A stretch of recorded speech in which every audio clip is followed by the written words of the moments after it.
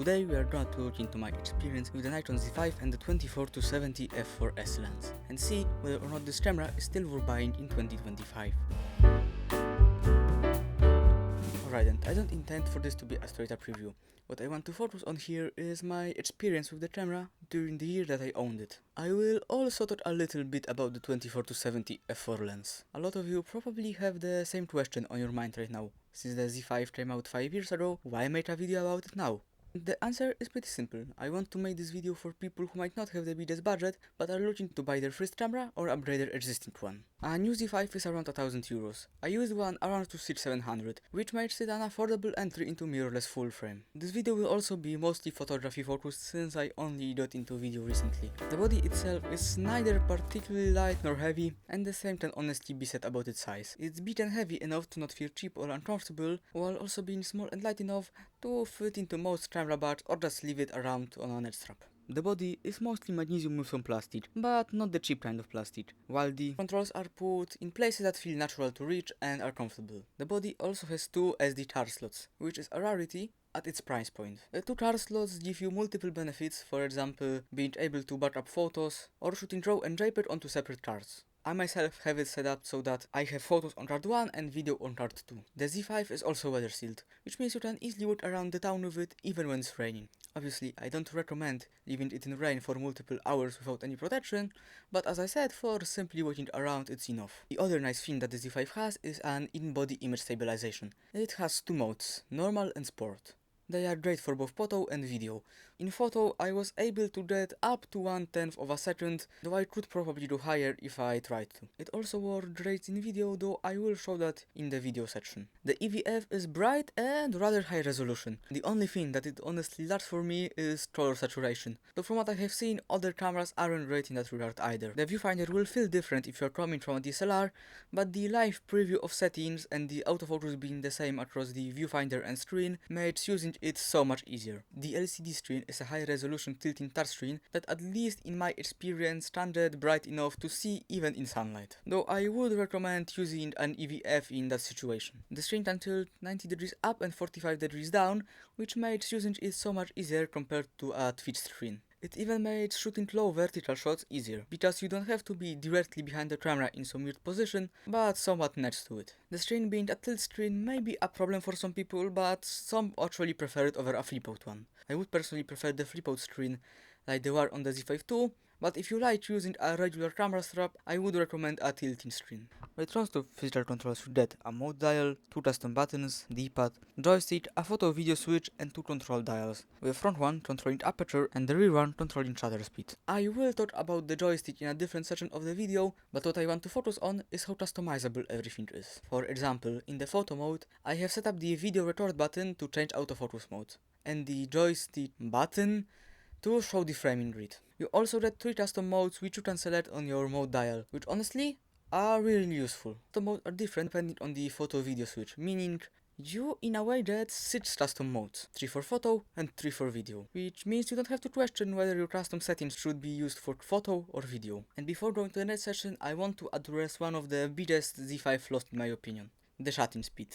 It's low. It's only 4.5 frames per second and it doesn't get any higher. And the reason why it's bad is because even the closest DSLR equivalent, the D750, shot 6.5 frames per second. However, while low, the shutter speed is in my experience enough for occasional action. While the Z5 has a reputation of not so great autofocus, I honestly believe that it's overblown by a lot. When it's bright or generally well lit, it works quick and seamlessly. The only times it has any problems, it's in low light, and even then it's far from unusable. The Z5 tracks faces rather well. It definitely sometimes struggles with that, but I would say that it's able to catch a face like 95% of times. And most of the times when the photo is out of focus, it's usually my fault. And that's what I quickly want to get onto here. You should probably learn how to use your gear before buying new one.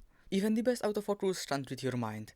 And I know it sounds kind of weird, but a lot of people think it can. Because what autofocus settings do is tell the camera what to prioritize. So for example, they can tell the camera to focus on one point and not move, or continuously change focus to the closest thing that fits in the box. But going away from that, I want to focus strictly on the joystick. It's great. It makes working with the camera a lot easier. It's way more comfortable to change focus points using this instead of the D-pad. And I honestly believe that a joystick is a mandatory part of any camera right now. The sensor in the Z5 is a full-frame 24.3 megapixel sensor. So how good is noise handling?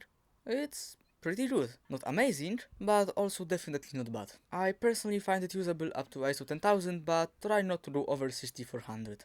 An important thing to remember that while more expensive cameras will definitely handle the noise much better, most people don't care. Yeah, most people don't care whether the photo is a little bit noisy, or they might not even notice it. And before we go to the video, I want to focus on the battery life. While the Z5 using NL15C batteries is rated for 490 shots and 2 hours of 4K video, you will generally get way more than that. I had a battery last for 2 days of above average shooting. It can definitely be lower if you do a lot of long exposures, but I generally get 5 to 700 shots per battery. As for video, I don't really record in 4K, but from what I have seen, 2 hours is pretty reasonable. Though you can increase that by powering the camera through the USB-C port. But regardless of battery life, I would recommend owning at least one spare battery just in case. When it comes to overheating, I wasn't really able to do any serious tests since it doesn't really get that hot where I live. But from what I have seen online, the Z5 can last between 2 hours and 4 hours if you turn the screen off in the settings. Though it might get lower if your camera is in direct sunlight. Alright then. The Z5's main weakness, video. While it's okay for occasional use, for any more serious video shooter, I would recommend to look somewhere else. It has a lot of annoying quirks that I will get into right now. For starters, the 1.7 times 4K crop. Why is it here? I honestly don't know. And for those who might not be aware how bad this is, I am shooting it currently on the 50mm lens, and with 1.7 times crop it would look like this. So yeah, pretty bad. And another thing that is present with this camera is the 30-minute recording limit. Personally, don't run into issues with it, though if you are planning to shoot longer takes, look somewhere else. But other than that, the video is fine. The IBIS work is great. Here is a comparison between different IBIS modes. While you can clearly see the differences between different stabilization modes, I want to quickly focus on the A-stabilization. I mean, look at this jello. I wouldn't recommend using it on a still subject, let alone a moving one. You also get a microphone and headphone jack, which is pretty nice addition, and while any serious video shooter will not choose this camera, it's still a nice thing to have. The built-in microphone is okay. It's not exactly peak of built-in microphones, but it does the job of quickly recording some random snapshots. I would only use it for some quick family videos, and I would recommend using a dedicated microphone for any other recordings, but for a quick snapshot, as I said, it's okay. The last thing that I want to focus on before going to the lens is the Nikon Snapbridge app. It's unreliable. When it works great, but the problem is the aforementioned unreliability. For starters, sometimes it simply forgets that it's connected to the Bluetooth. Yeah, the Bluetooth can be turned on, but the app doesn't recognize it, thinking it's outside the range, despite the phone being next to it. And sometimes while trying to do remote photography, it's telling you that it's starting camera Wi-Fi, when the camera Wi-Fi is already turned on and connected. The app definitely needs some updates, but looking at the fact that newer cameras have a different app, I don't really see these problems getting fixed. And since we have talked about everything that the body has to offer, let's talk about the lens. Before I say anything more, I should probably inform you that this is not a regular Z5 kit lens.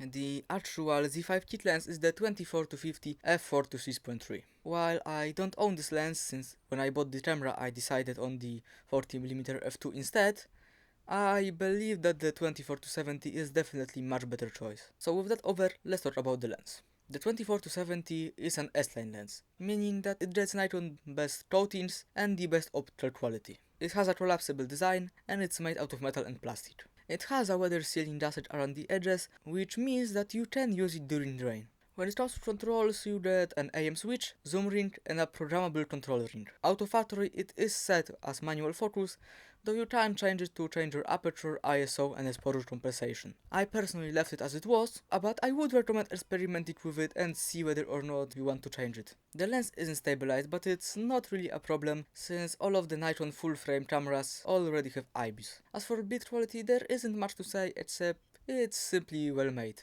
The focal range of 24-70 gives you a pretty solid range from okay wide angle to short telephoto.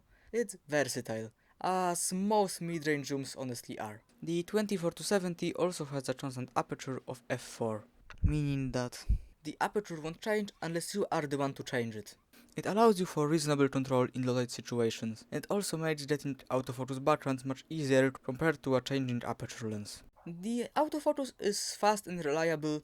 It's not instantaneous, but for 90% of people it's definitely more than enough. It's also rather quiet. I could barely hear it in a quiet room even when I stuck my ear next to it. As for optical quality, the lens is an S-line lens, meaning that it's great. It's sharp and has a lot of contrast across the entire focal range. Here, as you can see flashing on your screen, are a couple of examples of what this lens can do. But while this lens is definitely better than a regular kit lens, it's also more expensive. Without rebates, a new one goes for around €1,000, but you can get it for around half the price if you buy it in a kit, and you can get it for even cheaper if you buy it used. However, despite the somewhat more premium price, I believe what you get is a great value. So since the video is nearing its end, we should probably go into the discussion. The main thing that you will notice when looking into this camera are people telling you to buy a more expensive one, which makes me believe that this camera is still underrated. Yes, there are a lot of videos and posts online telling you how great it is, but it's still underrated. And I believe that when people say to buy a more expensive camera instead of this one, are missing the point. A Z5 is often already stretching someone's budget. A $100 to $400 difference might not seem a lot to some people, but if you're a teenager or someone on a budget, it is a lot. I should answer the question that I gave at the very start of the video. Should you buy this camera in 2025? And I believe it depends. If you are shooting a lot of video or fast moving actions, look somewhere else. This camera will only disappoint you. But if you are shooting landscape, macro, portrait, or any other genre that doesn't require fast shooting speeds or the best autofocus, it's definitely a great choice. And also another fun thing to do with the Z5 is adapting old lenses. You can basically adapt any lens onto the Z mount, even other mirrorless mounts. So if you have a lot of older lenses, it might be a great camera to use them. And now I will give you a couple of alternatives over the Nikon Z5 that you might want to look into when buying a budget full frame. And if you are doing mirrorless, I will recommend only two options, and those are Canon RP and the Sony A7 II. The Canon RP is probably the main competitor to the Z5. It is a budget full frame camera with a 26 megapixel sensor. And while the body itself has less features than the Z5, the kit lens, which is the 24-105 f4 to 7.1, is a more compelling offer than the Z5 with the 24-50. Canon RP body only goes for around €750 new and around 500 to 600 used.